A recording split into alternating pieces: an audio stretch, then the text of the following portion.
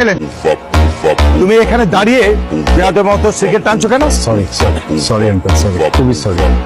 ভুলবশত একটা ভুল করে ফেলছি, ভুলে যাওয়া যায় না প্লিজ। মানে হয়েছে কি, আমি না আসলে রেগুলার স্মোকারই না, ভুল হয়ে গেছে, মাফ করে দেওয়া যাবে না? কি? তোমাকে ক্ষমা করা যাবে না। বাবাকে বলবেনি? হ্যাঁ অবশ্যই, কিভাবে বলবেন?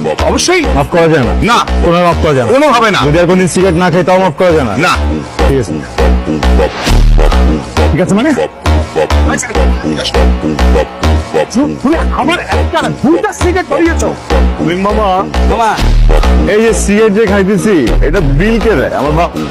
আপনার আব্বা। অন্য কারো বাপের টাকা তো খাই না, তাহলে মানুষের তো গায়ে লাগে কেন? বুঝি না তো।